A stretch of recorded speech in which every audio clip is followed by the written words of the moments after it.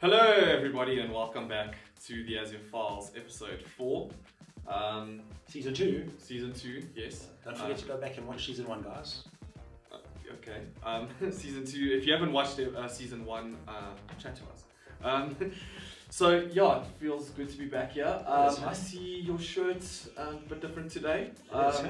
So I'm seeing the big words age test, and then I'm seeing like a stylus looking thing, and then some other object. Because it was a pencil. I don't know if you guys had those back in your day. Is that to obviously mark the object? No matter. Just rewind, buddy. I think you're gonna have to start this over. I like your t-shirt. Yeah, my friends love it. So there are only 10 types of people in the world. Those that read binary and those that don't. And No, it's actually 2. 2. Old guy 1, new guy 0. Ah, like what you did there. Okay, so that's obviously binary. Oh, well done. Okay, so my friends might not enjoy it now. Alright, so I think let's just get back into the question of the week, as we do. So we've got Amy in Selby, and she's got a question about software licensing in Azure, and I know that software licensing is something that you're all pretty good at. And her question is, hey guys, thanks for bringing us season 2. So thank you to one of our fans, Amy. We're convinced that moving to Azure is a great way of saving on infrastructure costs, it definitely is. But we're confused when it comes to licensing. Which current licenses can we bring to Azure with us? And is there a way to save even more by licensing correctly? That's a great question, Amy. So we get that asked a lot. Now that Pirate Bay is closed, people don't know where to get their licenses from. Right? It's true story. But now let's look at it now. So depending on Amy, what you need to do, you currently have to take stock of what you're currently doing. So if you've already got an EA agreement where you've got license portability, that kind of thing, with software assurance, then maybe look at moving that into the cloud. If you're moving into the cloud and you're thinking of how can I save money, the cool thing about Azure, especially with Windows Server, is you pay as you use. So if I spin up the machine for an hour, I pay for an hour of that license. If you don't, you don't, which is quite cool. So I don't have to fork out that money to get the license in.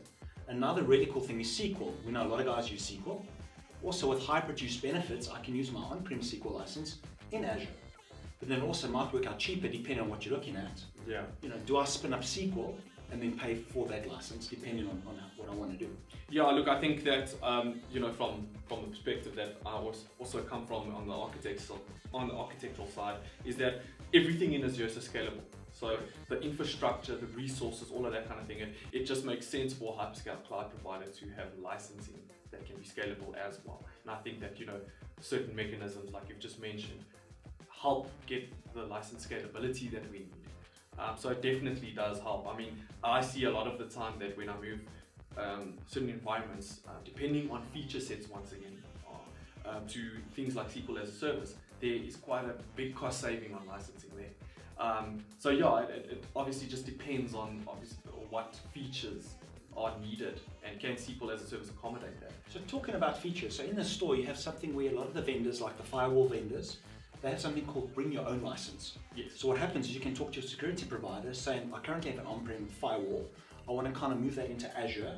Not a problem, they could supply you a license that you could license the firewall in Azure.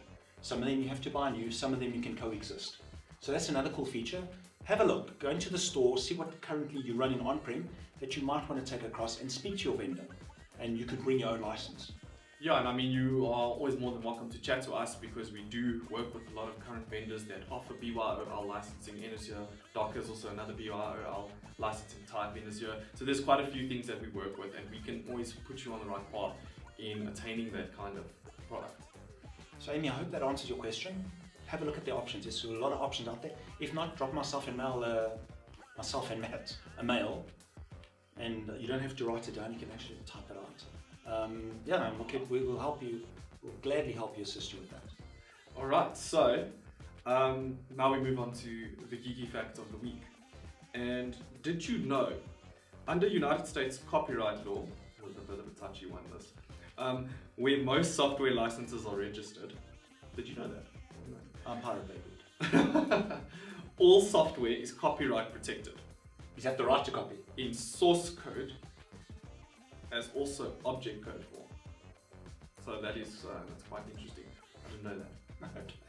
So US law. corporate governance, here we go.